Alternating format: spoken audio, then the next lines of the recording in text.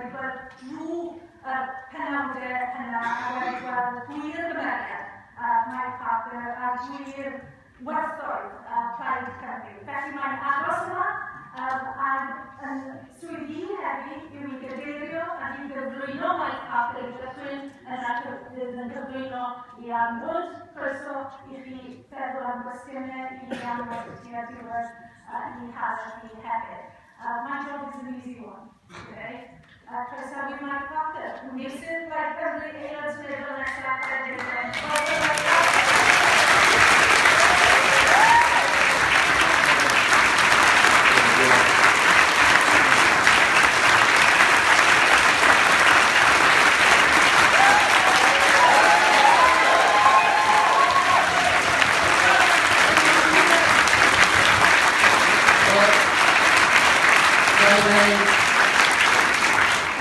Diolch o galon I chi gyd, diolch o galon I Ellen. Nice try to have me crying at this, and it's very nearly succeeded there, I've got to tell you. It has been an absolutely incredible experience this last 2 years. It's 2 years since I was selected as the candidate here in Ceredigion.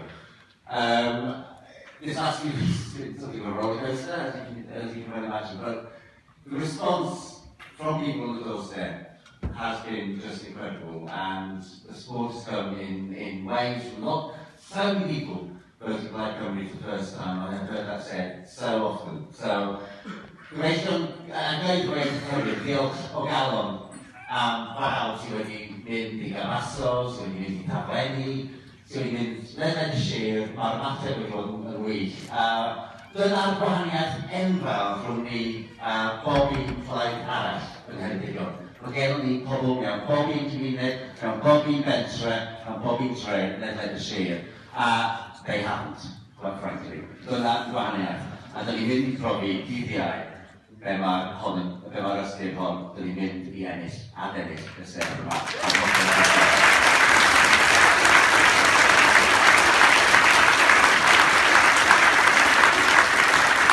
But if I've had a weird few weeks, this woman here, Leanne Wood, has had an extraordinary few weeks, as I'm sure you all appreciate. And as you can see, well, I have a bit of a shaving cut here from this morning. That was Leanne's fault, because I'm clearly shaving in the mirror at 7:10 this morning, ready for today program on. Up pops Leanne, being interviewed by Jim Lofty on the program. And I was so pleased, I was so excited that I slashed my ear off.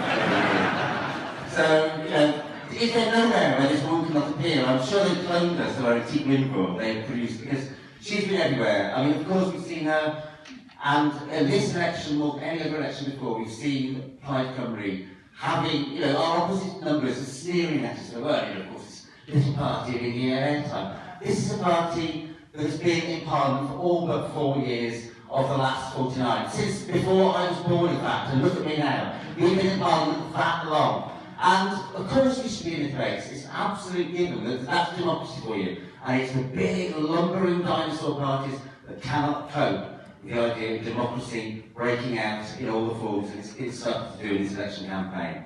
And that is going to be the legacy, I think, of this election.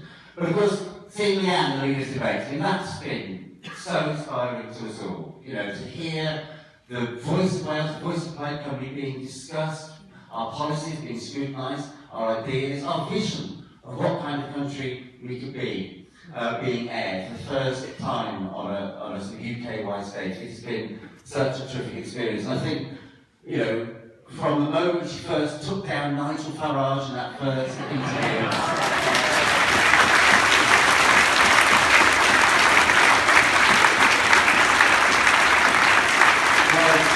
and it got a round of applause. It got a first round of applause on the night as well, which was so terrific to see.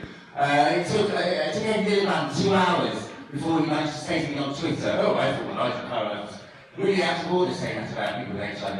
And as the political editor of The Sun, I'm not usually one to quote the political editor of The Sun, but it was the political editor of The Sun tweeted, "What a shame you won't 5 foot from a microphone time, Ed." You know, Leanne was, and she leapt in instinctively and automatically from the heart saying, no, that is unacceptable, you've crossed the line. And thank God she did. Thank God she voiced the disgust that so many of us feel about politics and far right becoming so mainstream in this country during this last couple of years. So, Leanne, diolch o galon I ti wedi gwneud holl gwahaniaeth i'r etholiad ymgyrch ni yn Ceredigion. I know full well when I've been out on the stump, been out talking to people in the street stalls, talking to people on the doorstep, Leanne is mentioned all the time. She has absolutely energised Plaid Cymru in this election campaign, particularly amongst groups of people that we don't always reach very well. A lot of women, a lot of younger people, people who have never voted. I've met people in their 30s, 40s and even 50s who have never ever voted but are going to vote for the first time in this election and are going to vote Plaid Cymru. And that is largely thanks to Leanne. You know, this is the reality of the situation as we have it today. So, without further ado, mae'n pleser enfawr I mi gyflwyno fy henfflyd. It is actually Leanne's fault, I have to say, it's Leanne's fault that I was gyflwyno for this. It's her idea. Sat at my kitchen table 3 years ago saying, why don't you go for the nomination in Ceredigion? Be careful what you wish for, but it's all from Leanne, and Leanne, I have enjoyed it so much. I am so damn proud to be representing Plaid Cymru, the Party of Wales, under your leadership in this election. I am so proud of what you've done and what we are going to do on Thursday. So, as I said, no more. Gai cyflwyno gyda balchder a chariad mawr. Gai cyflwyno Llais Cymru, arweinydd Plaid Cymru, Leanne Wood.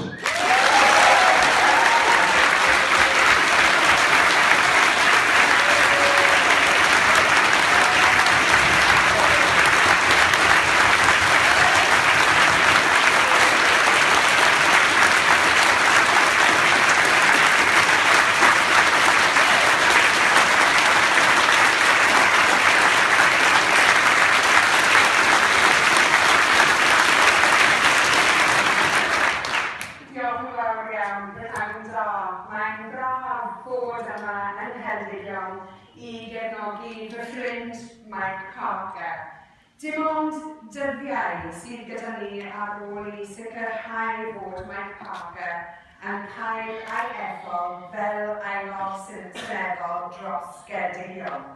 Diolch I chi am eich gwaith caled yn ymgyrch yma, Mike.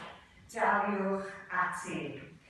In just 3 days' time, people in Wales can deliver a resounding message to the Palace of Westminster that no longer will we allow our country to be ignored. No longer will we accept our position as the forgotten, neglected nation as being inevitable. No longer will we accept the damaging cuts agenda. And no longer will we accept a third-rate devolution settlement and a decades-old funding disadvantage. Ceredigion is central to Plaid Cymru gaining the mandate that we need from the nation to win for Wales. In this election, Wales has been placed firmly on the political map. I appeal to people across this country to make sure that Wales stays high on the political agenda by delivering the strongest ever team of Plaid Cymru MPs. It's in our hands now. The opportunity is there for us to take. I know that many people in this constituency, like many people across Wales, feel betrayed by those who decided to prop up a Tory government and its programme of damaging cuts to services and the vilification of those people with the least. Let me repeat to you today something I've said many times during this election campaign. Plaid Cymru will never prop up a Tory government at Westminster. The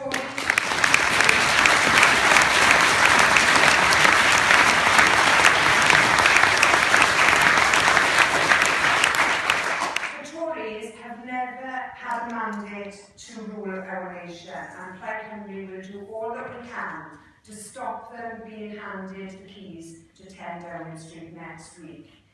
And here's something that I know for sure. Mike Parker won't be going to Westminster to sell out. Here we go in there to speak up for Ceredigion and for Wales, for these local communities. As election day approaches, all indications point to there being another hung parliament. Neither of the old Westminster established parties have done enough to earn the trust of people. So I ask the people of Ceredigion and across Wales to ask yourselves, who do you trust in the event of a hung parliament to get the very best for Wales? Plaid Cymru's vision of this election is based on a positive alternative to the old politics, the old-faced outlook which is based on slash and burn economics. I've taken every opportunity that's been presented to us at this election to challenge austerity. It's one of the key differences between the Party of Wales and the parties of Westminster. Now let me just make this clear. Plaid Cymru is serious about reducing and eliminating the deficit. But we do not accept that this can or should be done on the backs of those with the least, or by suffocating our businesses, or by dismantling our treasured public services. This is what austerity is. It's the ideological shrinking of the state. It's the stifling of recovery in the vain attempt to balance the books. As Nobel Prize-winning economist Paul Krugman said recently, when the current British government came to power in 2010, it imposed harsh austerity, and the British economy, which had begun recovering from the 2008 slump, soon began slumping again. Plaid Cymru and our colleagues in the SNP propose a modest 0.5% real terms increase in departmental budgets per year over the next financial term. This has been described by the National Institute of Economic and Social Research as being fiscally sustainable. Our proposals mean investment in the economy as well as in schools, hospitals and local services, those treasured services that those people value. By using the Office for Budget Responsibility's own projections, under Plaid Cymru's plans, the UK debt will fall as a percentage of GDP. We will bring down the budget deficit to a sustainable level of under 2% of GDP by the next election. And we will achieve this without slashing our services and without further punishing the poorest 10% of the population who've suffered the most from austerity. The economy is forecast to grow by 2.4% on average. That means that spending, while increasing, will slowly reduce as a proportion of GDP. Plaid Cymru believes that government spending can and should be a force for good, for building strong communities, for quality public services like schools and hospitals, for healthier, more sustainable public finances. For every 1% extra activity in the UK economy, there will be an increase of £700 million in tax revenue, which will go towards reducing the deficit. For every pound the government spends on infrastructure, an additional £3 of economic activity is created. Business is boosted, more people employed, less demand on the welfare budget, more taxes paid into the treasury, the economy starts moving, and the public finances get healthier. It's fiscal consolidation, but through careful investment. Hand in hand with ending austerity is our demand that Wales should be funded adequately. That our country is funded to the same level per head as Scotland. Nothing more, nothing less. No one from the London headquartered parties has been able to give me a good reason as to why we should put up with our funding disadvantage any longer. So let's end it now.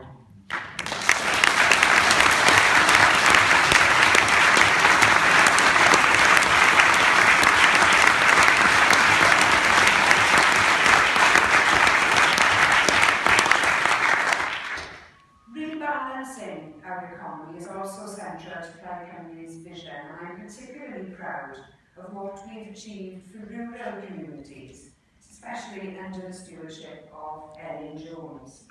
Now I want to renew our commitment to rural Wales today. Plaid Cymru wants the Common Agricultural Policy to remain in place, and we'll uphold this as a priority in the event of a hung Parliament. CAP payments keep over 80% of Welsh farms in business. It's unsurprising that the Westminster parties have been silent on this subject.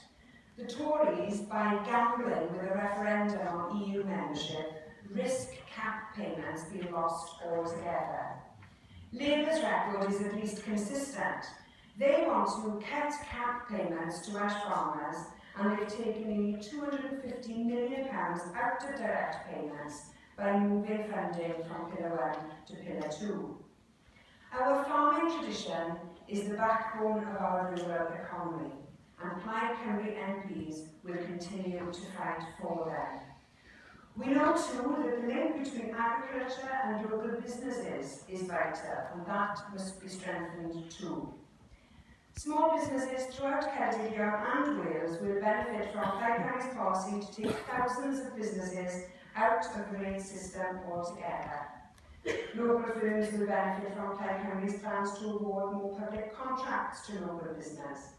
If we just matched Scotland's record on this, we could create an additional 50,000 jobs nationwide. Connectivity is also vital to give our rural communities the means to prosper. Plaid Cymru is committed to public transport meeting the needs of local communities. And in this digital age, no community should be left behind. That's why we improve broadband connection rates in rural areas, getting everyone online so businesses and people benefit with 300 megabytes target and better mobile phone coverage. Rural communities deserve good public services. Among the most important, of course, is adequate healthcare. Plaid Cymru will renew the fight for the future of Gronwest Hospital, and we will renew our NHS for the 21st century so that health services are available to all across the country. Now I know that many people feel disillusioned by what happened in the last UK general election. I know that many people place their belief in parties that did not end up keeping their promises. People are still rightfully angry by the events of 5 years ago. As I've said, in all likelihood there will be a hung Parliament again this week. And to those who were disappointed by the outcome 5 years ago, I ask you not to despair, but just to consider which party, which candidate you can trust to do right for your community, for Wales, and for the issues that matter to you. In Ceredigion, you have a candidate from Plaid Cymru who is already proving himself to be a champion of the community. A candidate who will do right for Ceredigion each and every time. And in the Party of Wales, you have a party with values. What are they? We're committed to social justice, to ending austerity, to closing the gap between the richest and poorest, keeping public services in public hands, committed to free education for all, and ending the bedroom tax introduced by the Tory Lib Dem government. Plaid Cymru takes our obligations to the environment seriously. We're the only party advocating a climate change bill specifically for Wales so that we can set and achieve challenging emissions targets. We're committed to moving our country away from fossil fuel reliance to renewables. Wales has an abundance of natural resources that must be made to work for local communities as part of our efforts for the planet in a renewables revolution. And we're an internationalist party. We believe that global cooperation can benefit all, and that's why we will fight hard to keep Wales in the European Union, and it's why we want to see our country as a promoter of conflict resolution and peace.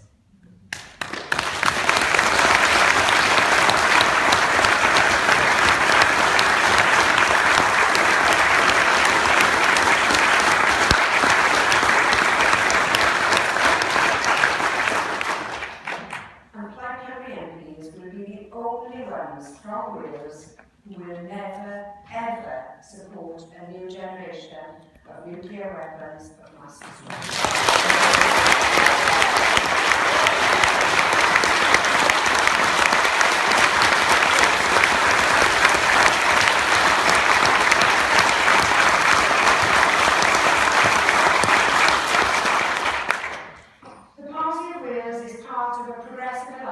That has challenged the very foundations of the Westminster system. We refuse to pander to their anti-European, anti-immigrant, pro-austerity rhetoric. We'll work with progressives in other parties after the election to make sure that the old politics is gone forever. At our core, what makes Plaid Cymru unique is our position as the only party dedicated to Wales, to its people, to its communities. Wales is a community of communities.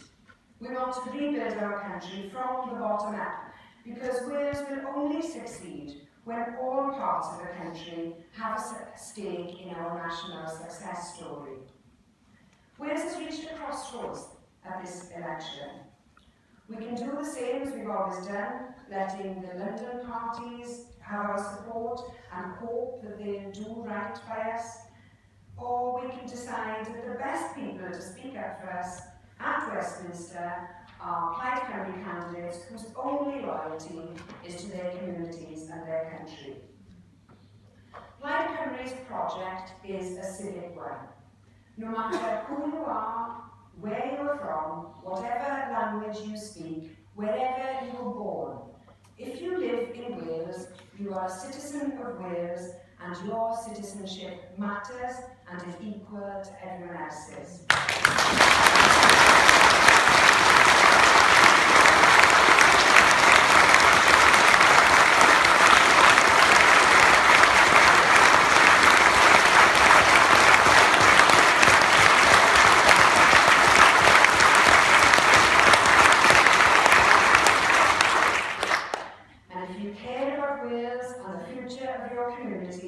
Then there's a home for you in Plaid Cymru Party of Wales.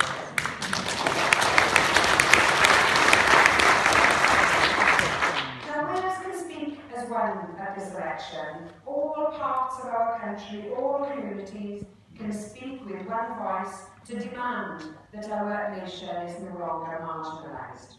If we keep doing what we've always done, we can't expect better outcomes. All we can expect is to be taken for granted again. Now there are two groups of people that I want to appeal to specifically in Celtic Leanne today. Two groups that have as much at stake in the outcome of this election as any other. Those two groups are women and young people. Millions of women didn't vote in the last UK general election. And since that election, women have been hit the hardest by an austerity agenda which all the old Westminster parties have signed up to and committed to continuing. I'm pleased that some women have managed to shake up the Westminster Boys Club during this election.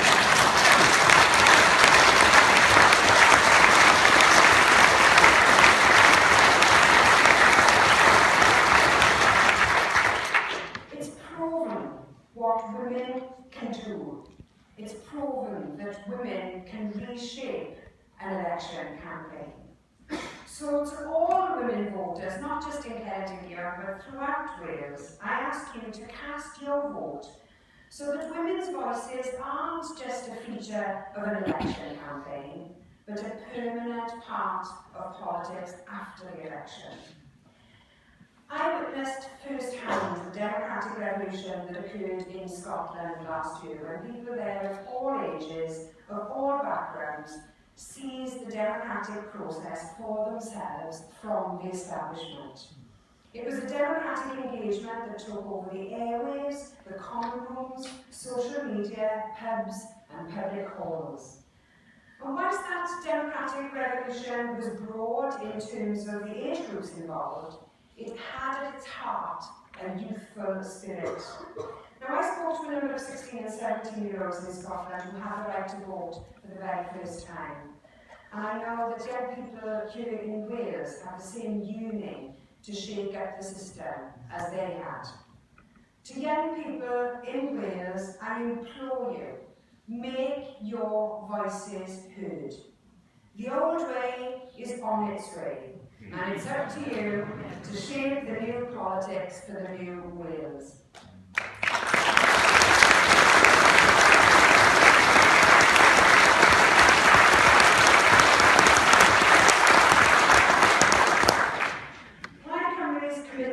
To our youthful democracy, including and celebrating the youth of our country. We need your vision, your idealism, your energy, and we'll make sure that next year's National Assembly elections are the last where 16 and 17-year-olds are excluded.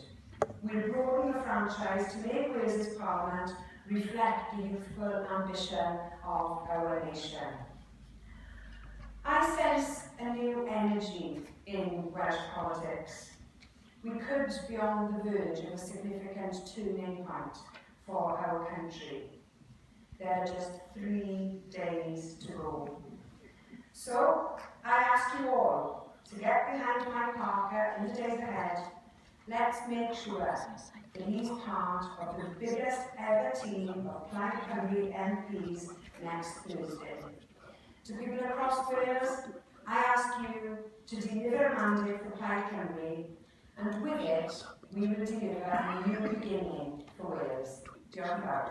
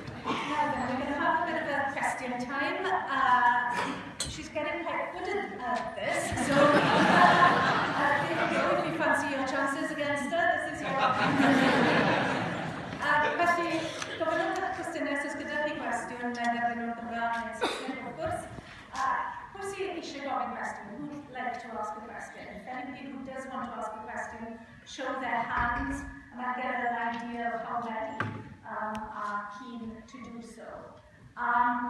Okay, I have one here at the front and one there. I'll take you both to start with. I'll take Councillor Paul James to start with.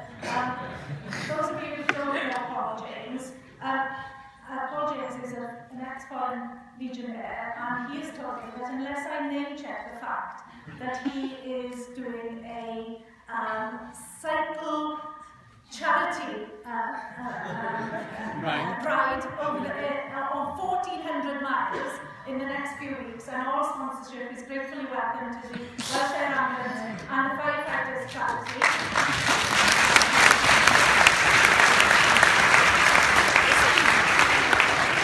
He said that I wouldn't be allowed to leave this room unless I name check that. Myself, I'm worried about the bike, but there we go. I've already destroyed one. Your question.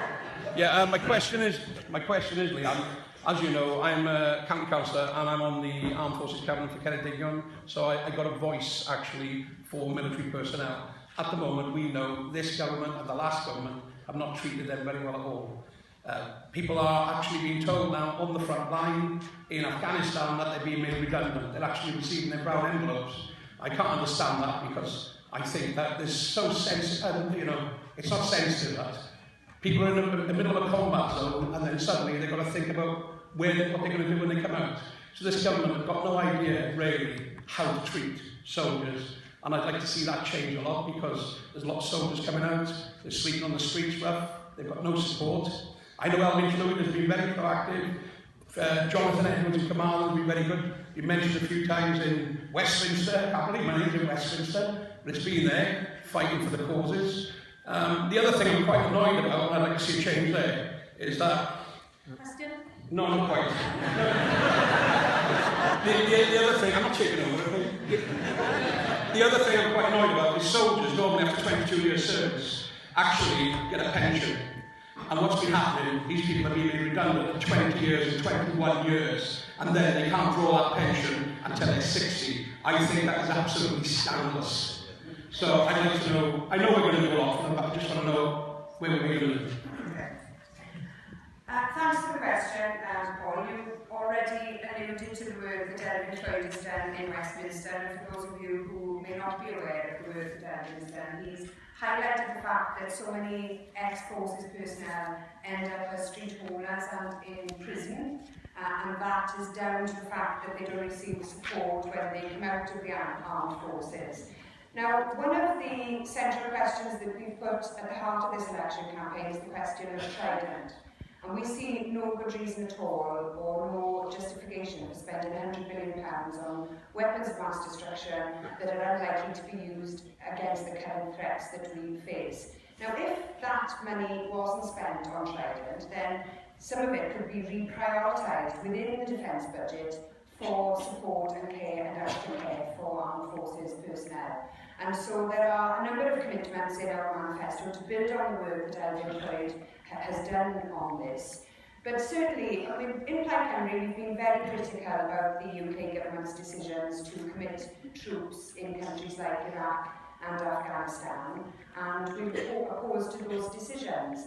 But once a decision has been taken to put our troops into a country, then they have to be supported, they have to be given the correct equipment and kit, and they have to be looked after when they come out. That is just a very basic humanitarian position. And so Plaid Cymru is fully supportive of that agenda, and which I think his record speaks for itself. Thank you.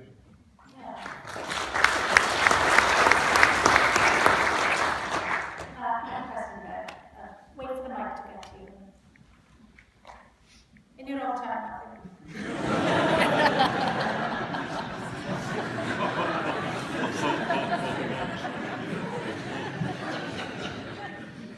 You speak of Wales or Plaid Cymru doing everything it can to make sure that Britain maintains its influential role in Europe, and you talked about global solutions, global problems essentially require global solutions.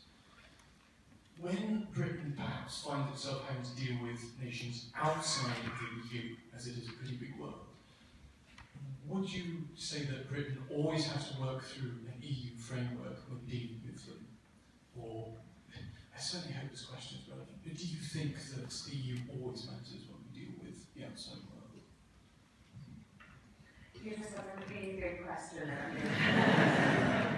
So I'm not personally wedded to the whole idea of the European Union. I think there are big problems with the European Union, but I don't think we can fix those problems if we're outside of it. And overall, on balance, I think Wales's membership of the EU is more beneficial than not being a member. That said, I am not particularly wedded to having a European foreign policy necessarily, although it does make sense in some cases to work with other European nations as a force for peace and conflict resolution.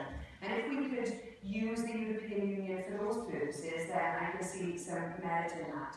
But the whole question of international conflict resolution does need looking at again now. The United Nations doesn't perform the role that it was set out to perform. So I think there's an argument for on a global basis to look at this question and see what we can do, because clearly there are so many conflicts now, so many different parts of the world. It's difficult to see where it's all going unless we try to make some sort of international effort to curtail what's going on at the moment. That's the general way I see things at the moment. Okay? Diolch. Dyna ni cwestiwn ola fan hyn.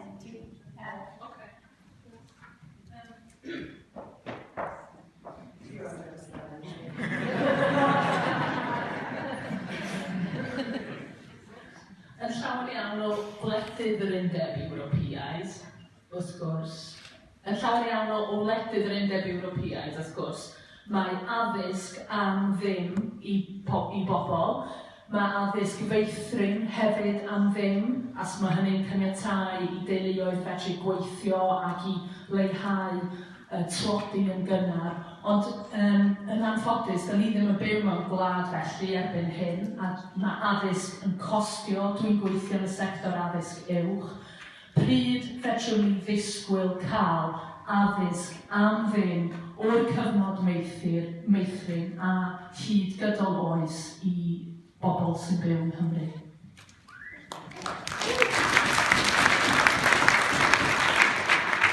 Before you answer, Leanne, just to translate for those of you who haven't gotten headsets, then that was a question relating again to the fact that in the European Union, education is free for all in many of the member states and nations of the European Union, free at preschool age and free for university students as well. And when can we aspire to have that in Wales also? Great question. The first answer to that is it's going to be very difficult to achieve as long as austerity continues. And that is why one of the reasons we put austerity and question of ending austerity central to the campaign that we've been running. In our manifesto, we say that we would like to provide free education and free nursery education for all. The thing that is stopping us doing that is the budgetary situation. So ending austerity is key, but what we can do in the interim is we can fund some childcare, moving towards a more sort of Scandinavian model, where there's through care, right through from a very young age, after school provision as well. So we can fund some of that into the existing budget to show a direction of travel, with the aim of being able to build on that as resources become available. And similarly, with higher education too. So you're absolutely right, most European countries either provide free university education or reduced cost university education. England is one of the most expensive places to study. And what we would like to do is, the debate will be now in Wales, what happens to tuition fees beyond 2017. The current agreement that was put in place by the Plaid Cymru and Labour administration between 2007 and 2011 to provide a tuition-free grant so that students only have to pay £3,000 a year is only guaranteed up until 2017. So the debate is about what happens beyond then. And we've said that we would like to continue the tuition-free fee grant. We would like to provide some courses available for free for those courses that we need, skills that we need in our economy, like doctors, like some engineers perhaps, things that we need to grow our economy and build our business base. But over the long term, we would work towards providing free education for all students studying in Wales. Because the other anomaly with the system that we've got at the moment is that around £50+ million is spent out of the Welsh Block grant funding universities elsewhere outside of Wales. And that is something that can't continue. My economic thinking is very much about how we can use the public account and the private account to lock it into Welsh communities.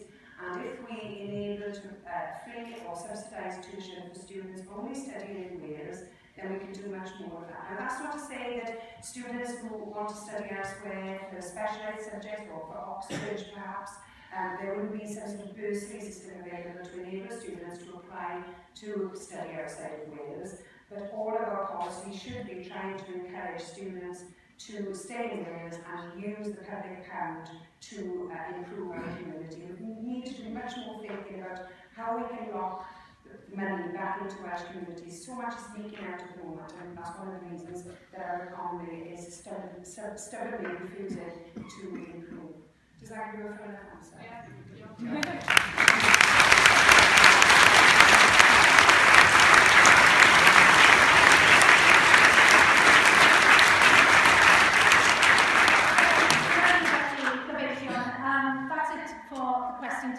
Leanne will be staying around for a while if any of you want to have a word with her, a word with Mike. We're also hoping to have a group shot outside of supporters of Leanne and Mike and Plaid Cymru in this campaign. So hang around for the group shot, that would be great. I'm sure you all want to show your appreciation for Mike Parker, your support for Mike Parker and also your appreciation to Leanne Wood for joining us and supporting my party today.